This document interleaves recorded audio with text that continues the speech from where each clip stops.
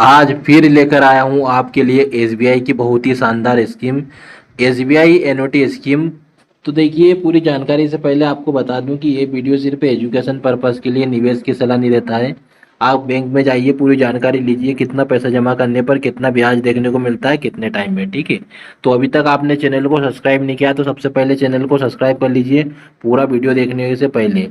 तो चलिए शुरुआत करते हैं।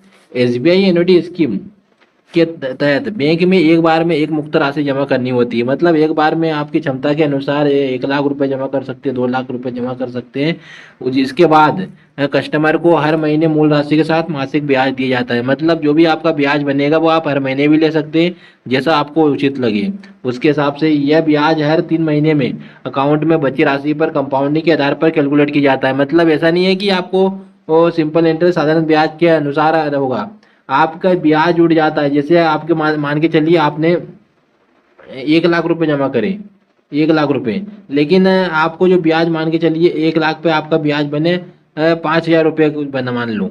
अब 5,000 रुपये बना तो आपका पैसा कितना हो जाएगा, 1,05,000 रुपये। कितना, 1,05,000 रुपये। तो ये बनता है। तो ये कैसे बना, ये आपको वही चीज़ें बता रहा हूँ। फिर 1,05,000 रुपये पर आपका ब्याज बनेगा। फिर जैसे अगले महीने 5,000 फिर बना तो ये 1,10,000 हो गया। तो फिर 1,10,000 पर आपका ब्याज बनेगा। ऐसा नहीं कि 1 लाख पर ही बनेगा।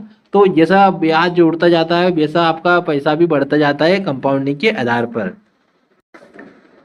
इसकी खास विशेषता क्या है उस पर बात कर लेते हैं। इसमें आप 36 महीने 60 दिन, माफी चाहूंगा, 36 महीने, 36 महीने, 60 महीने, 84 या 120 महीने के लिए आप निवेश कर सकते हैं। जैसे 3 साल, 5 साल, 7 साल, 10 साल की अवधि के लिए भी निवेश किया जा सकता है। सबसे कम रुपए की बात करता हूँ तो 1,000 रुपये से शुरुआत कर सकते हैं, अधिकतम की कोई सीमा नहीं है। इसमें आपको बता दूं कि जो भी देखने को मिलता है इसमें कुछ छूट दी जाती है। जैसे कुछ बैंक मामलों में एन्युटी के 75% की राशि पर ओवरड्राफ्ट लोन प्राप्त कर सकते हैं। मतलब जैसे 1 लाख रुपए जमा किया आपने और इमरजेंसी में आपको पैसे की जरूरत पड़ गई, स्कीम को बिना बंद कराए, तो आप उस पर लोन ले सकते हैं। ये चीजें की सुविधा देखने को मिल जाती है। आगे हम चलते हैं। अब आपको चार्ट दिखा देता हूँ। जैसे 7 से 45 दिनों के लिए अगर निवेश करते हैं तो आपको 3.5% के हिसाब से ब्याज बनता है आम नागरिक का। वरिष्ठ नागरिक का बनता है 4% के हिसाब से। 46 से 179 दिनों के लिए करते हैं तो 5.5% के हिसाब से ब्याज बनता है। वरिष्ठ का 6% के हिसाब से। 180 दिन से 210 दिन के लिए निवेश करते हैं तो 6% के हिसाब से। वरिष्ठ का 6.5% के हिसाब से। 211 दिन से 1 साल के लिए निवेश करते हैं तो 6.25% के हिसाब से। वरिष्ठ का 6.75% के हिसाब से ब्याज बनता है। 1 से 2 साल के लिए अलग बनता है 6.8% के हिसाब से। वरिष्ठ का 7.3% के हिसाब से। 2 से 3 साल की बात करते हैं तो 7% के हिसाब से। वरिष्ठ का 7.5% के हिसाब से। 3 से 5 साल के लिए करते हैं तो 6.75% के हिसाब से। वरिष्ठ का 7.25% के हिसाब से।